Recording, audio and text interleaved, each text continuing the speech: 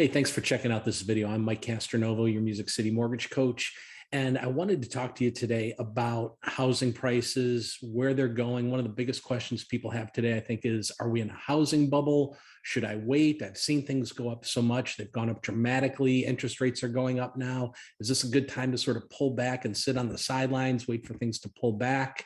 And so I wanted to give you just sort of the facts and some perspective out there so you can make a great decision on what is best for you.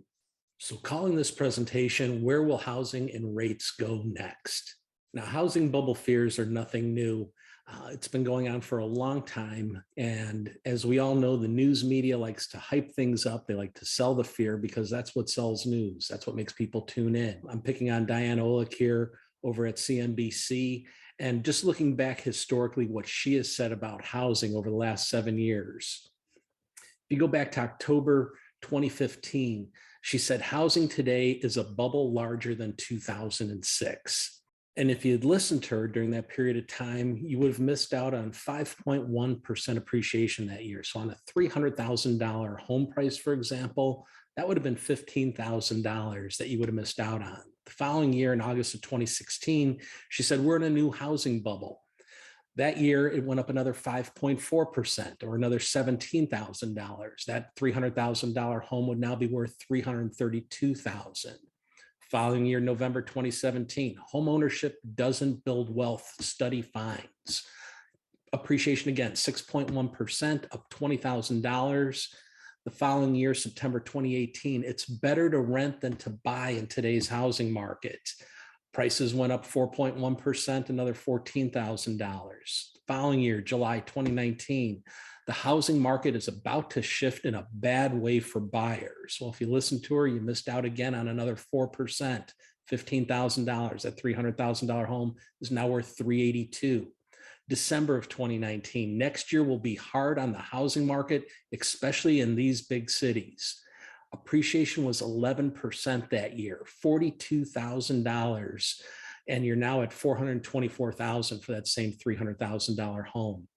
And then in July of 2021, the housing boom is over as a new home sales fall to pandemic low. Appreciation was 18.8%, another $81,000. That $300,000 home is now worth over $505,000. So you missed out on $200,000 of appreciation. But will that continue? Is there any evidence to think that maybe it is a bubble? Maybe this time it finally is. Maybe it's not going to go on forever. Well, let's take a look at that. You'll see that purchase activity has continued to remain strong. And if you look at that pattern, that trend that has sort of gone from 2014 all the way to today, it's been that upward trend with that little dip that obviously occurred during COVID in 2020, but we shot up kind of above the average, sort of, making up for time lost there. But now we've kind of settled back in, and that purchase activity is remaining strong. So real quickly, I want to touch on mortgage rates and housing dynamics and how inflation, Fed rate hikes, recession, and the outlook for home prices and mortgage rates. If you look at the history of the Fed, you can see a pattern. If you go all the way back to Arthur Burns and Paul Volcker in the late 70s, heading into the early 80s, inflation went from 7% to 14%. And we saw mortgage rates at that period of time go from 12% to 18%. What the Fed did was they raised interest rates. The Fed funds rate, which is the rate that the Fed controls, that's the rate that banks lend money to each other overnight.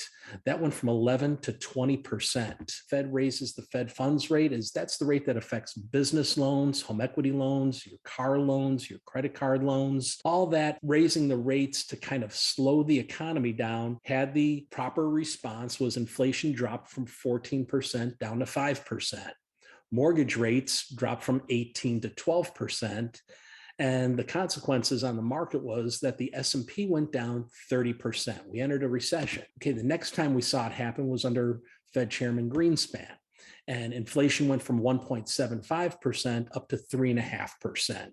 Mortgage rates went from 7 to 8.5. The Fed funds rate was raised from 4.75 to 6.5. And inflation responded to that by dropping from 3.5 to 1%.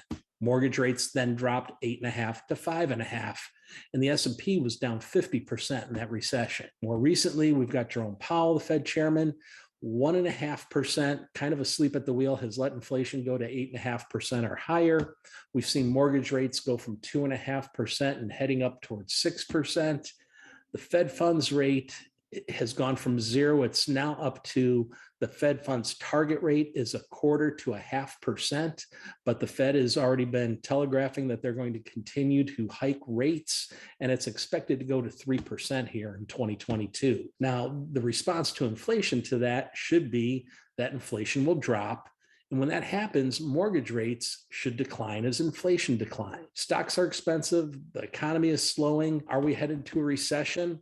And is that a bad thing for housing? And what will that mean? And how will that play out? Well, let's look at some of the historic evidence for what goes on during that. You get inversions in the yield curve. So think of it this way. If you were to lend somebody money for 1 month or 1 year, or 5 years, or 10 years, or 30 years, the longer you are going to lend somebody money, the higher rate of return you're going to want to get because you've got that risk. And it's no different in the bond markets and in the mortgage market. What happens is that Fed funds rate, again, that's the only rate that the Fed can control. That's the overnight rate. That's the shortest term rate that there is. That's what the Fed is raising. And that'll have the effect that it spills out to the rest of the yield curve a little bit, where 2-year rates will be higher, 10-year rates will be higher, 30-year rates will be higher. Well, what happens is the Fed starts raising, the market realizes that long term, that's going to have a negative impact on the economy, and that's going to drive long-term rates down. So that spread that can normally be anywhere from 1% to 3% starts dropping down and starts narrowing to the point where it goes inverted, meaning those short-term rates start going higher than the long-term rates. And on this chart here, just looking back from May of 21 to this April of 2022, it's actually gone negative. So that's called a inverting of the yield spread. Now, if you look back historically, going all the way back into the 80s, every time you've had an inverting of the yield spread, it's always been followed by a recession. So you see that there in the 80s, you see it again where it was an inverted yield curve just before early 90s when we went into recession. Again, in 2000, we saw it invert, and you saw a recession after that. In 2002, you saw it again. In 2007, 2006, 2007, 2008, which led to the recession after the housing bubble. And we saw it again right before 2020, that rates went inverted, even before COVID hit, and we hit that recession. And now you're seeing that inversion happen once again. And so every time it's happened historically, it always leads to a recession. Unemployment rates and recessions, if you look at that as an indicator, whenever you've seen unemployment hit the high, that's not when the recession occurs. It's when unemployment hits its lows, which we're seeing today. We're seeing unemployment get back down to record lows. And when that happens, it's always followed by a recession. So if you look at that chart going all the way back to the late 40s, every time it dips down, you see it's followed by a recession. Unemployment goes up as businesses start slowing during a recession. They start laying people off. That means they're holding back on their spending. Other businesses shut down. And that sort of triggers that whole cycle of driving unemployment up. You start having the recessions, and then it kind of goes back to employment coming back as we come out of those recessions. Now, historically, for mortgage rates, every time we go into a recession, what happens to mortgage rates? They go down. So you see rates go down there in the 80s. You see them go down in the 1982 period. You see them go down in 1991. You see them go down in the 2002 recession. You see them go down in the 2008 recession. And you saw them go down in the 2020 recession. So if we're going to head into another recession here, if that's what things are pointing towards, what can we expect mortgage rates to do? We can expect them to come down once that occurs. So that could be later this year, certainly most likely in the next 1.5 to 2 years, we will see rates pull down. And what that means is, the way I advise my clients is that if you're looking to buy a house today, don't worry so much about the mortgage rate that you're going to get. Don't worry if it's 5 or 5.5 or 6% or even higher, because you're going to have the chance to do a refinance. And in most cases, depending on where you're located and what the size of your mortgage is, you'll probably be able to do a no cost refinance.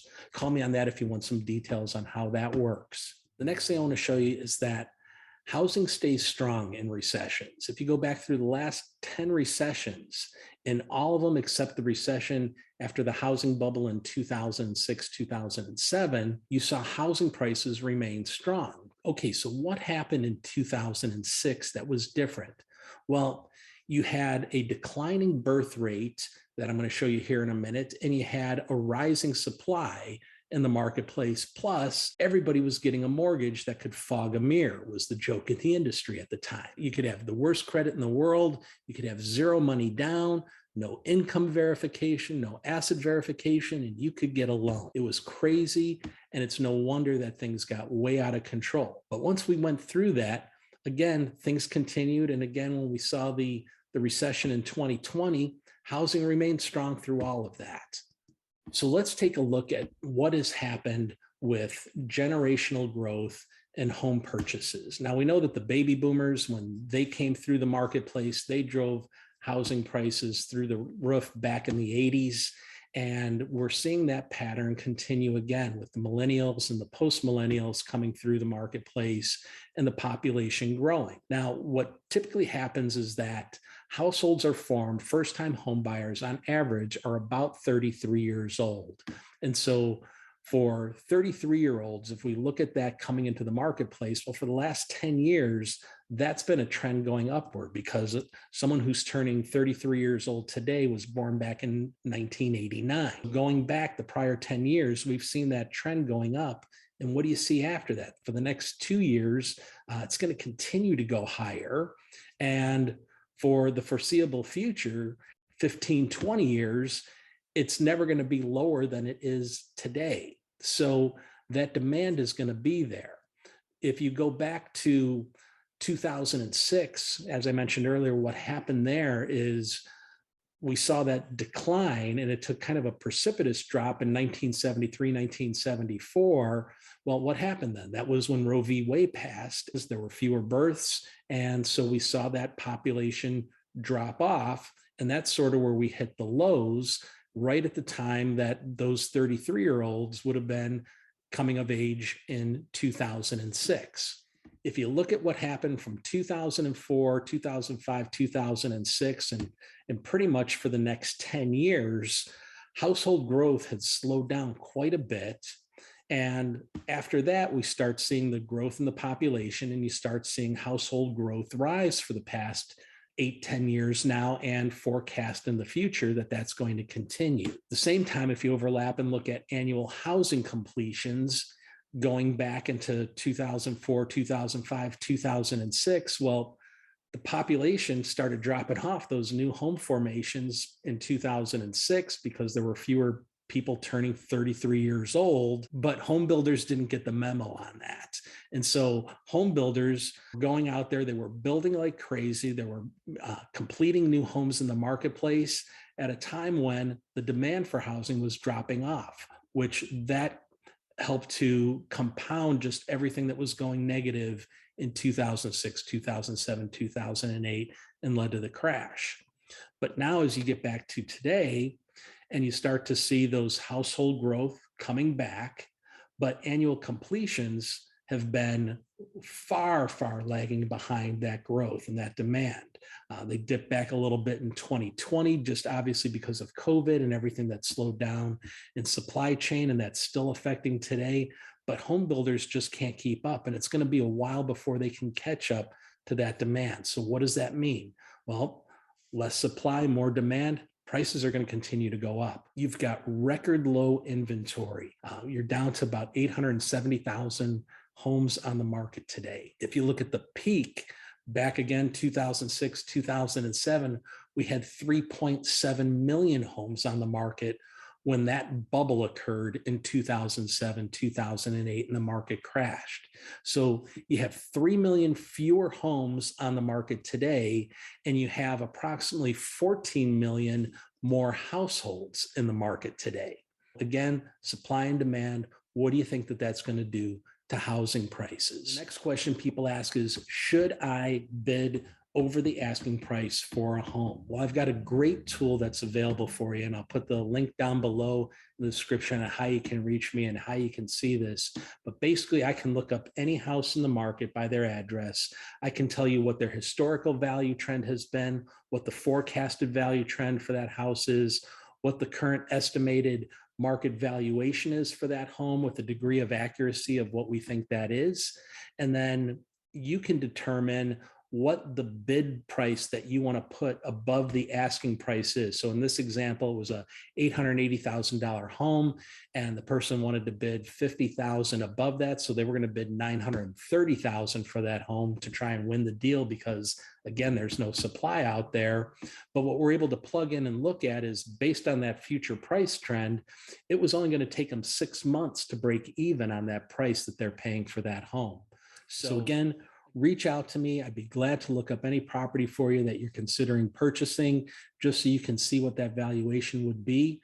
Would love to help you with your mortgage in the process if you need that help, or maybe you're just looking to pay cash and you want to decide, should I put all my money into the walls of the home, or should I take a mortgage out and leave some cash on the table to do other things? Again, there's no right or wrong answer on that, but it's good to have someone that you can talk to that can walk you through what your options are on that.